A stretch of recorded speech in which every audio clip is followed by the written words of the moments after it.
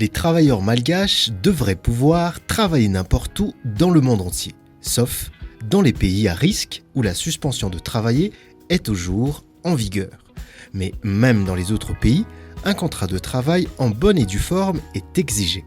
Ce contrat doit remplir les conditions fixées par l'État afin d'éviter des mauvaises surprises. Ataoko hoe mahasarotiny fanjakana amin'izay fisina fifanarahana arak'asa zay dia mba hialana amin'ilay hoe sanatria misy fanandevozana rehefa tonga any misy herisetra mahazo an'ilay olona, misy fisintomana ny atota taratasy na ny pasiporony ka tsy afaka andeha hiverina ody aty amin'ny firenena intsony izy raha misy olana dia izay no mahatonga an'ilay izy hoe tsy maintsy ho amarinina tsara. Depuis 2013, l'État a suspendu le départ des travailleurs vers les pays considérés comme à risque. Sont concernés certains pays du Moyen-Orient où des travailleurs malgaches ont été victimes de maltraitance. Cette mesure reste toujours en vigueur, indique la ministre.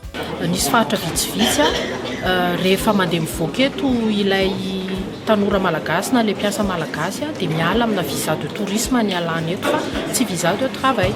Dia rehefa mandeha visa de tourisme ilay olona dia tsy araka aiza ny toerana alehany, aiza ny toerana hivatanany rehefa avy eo satria mandalo firenena maromaro izy vao tonga any amin'ilay tena toerana hiasany. Dia izay no natonga anay, natonga ny fanjakana nanajana aloha fandefasana mpiasa any amina toerana vitsivitsy. L'État recommande aux travailleurs de toujours consulter le ministère sur les offres d'emploi.